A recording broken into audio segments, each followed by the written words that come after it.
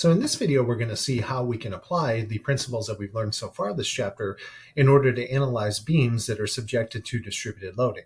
And as you might imagine from a lot of the preliminary conversations that we had in the introductory video to this chapter, this is actually the common loading scenario for beams. So how do we mathematically describe a load distribution? Well, we're going to do it with a function. So it's typically denoted by lowercase w, and that function varies as a function of x, where x measures the location along the beam. So naturally, any function can trace out along the curve.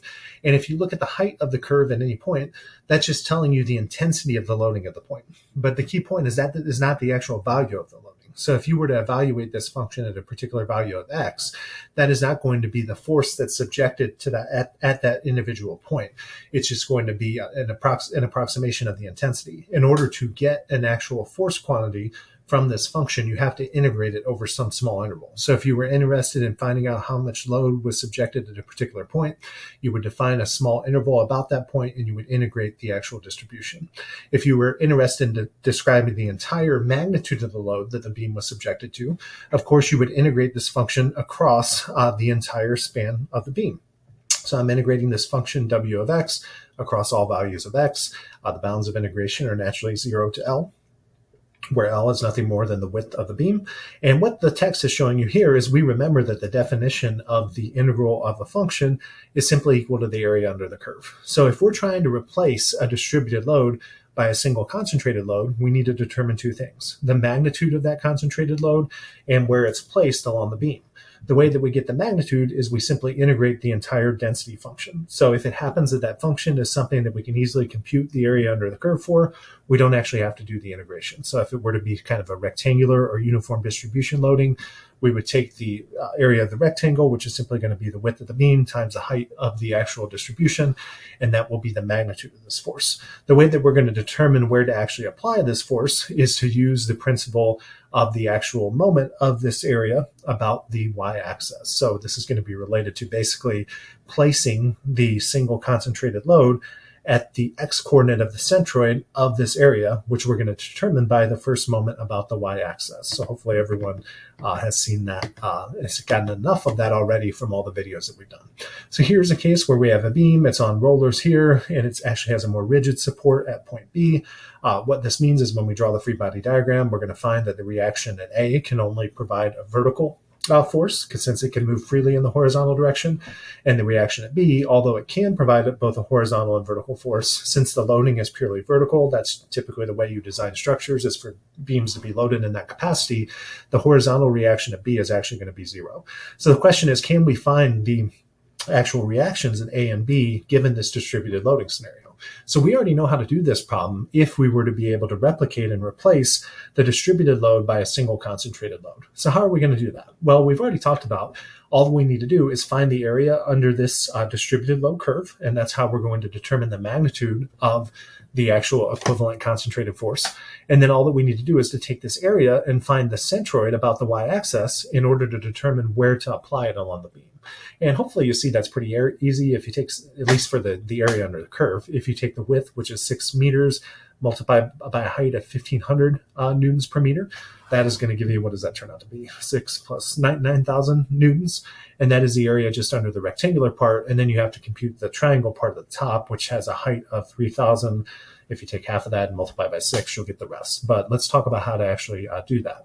So first part here, in terms of getting the magnitude of the equivalent load curve, they're just determining this area. As I mentioned, take and break this into a rectangle, which is 1,500 newtons per meter high, multiplied by 6 width. That's going to give you the 9,000 newtons or 9 kilonewtons.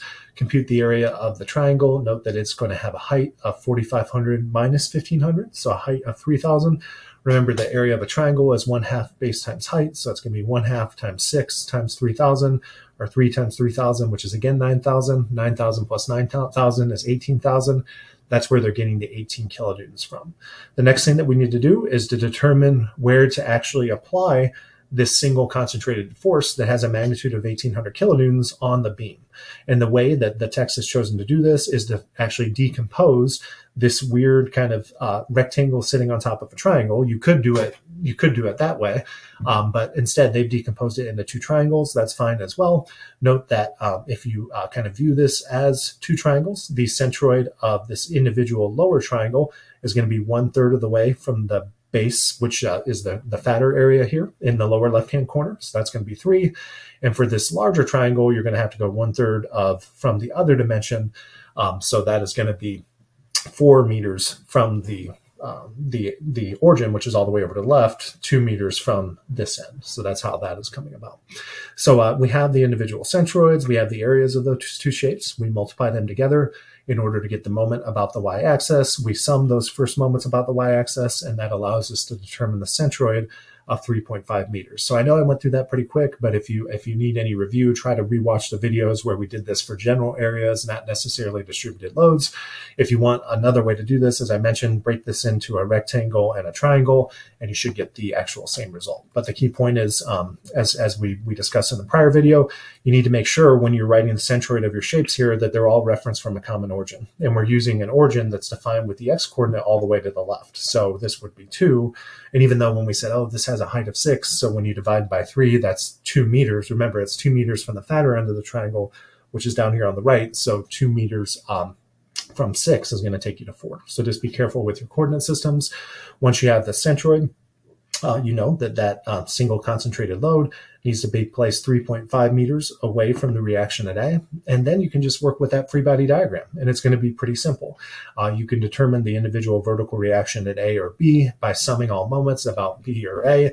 The way that your text has chosen to do it is sum all moments about A. What you're going to find is if you pin at A, that 18 kilonewton force is going to induce a clockwise rotation.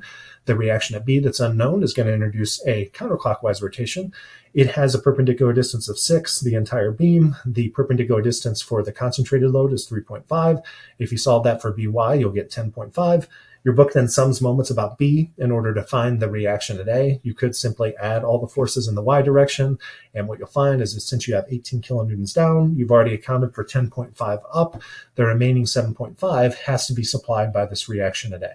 And of course, since there is no horizontal loading on the beam, even though B is capable of providing a horizontal reaction, if you sum all forces in the x direction, that will turn out to be 0. So key point of that video is you can apply the principles of computing centroids of areas in order to analyze distributed loads on beams.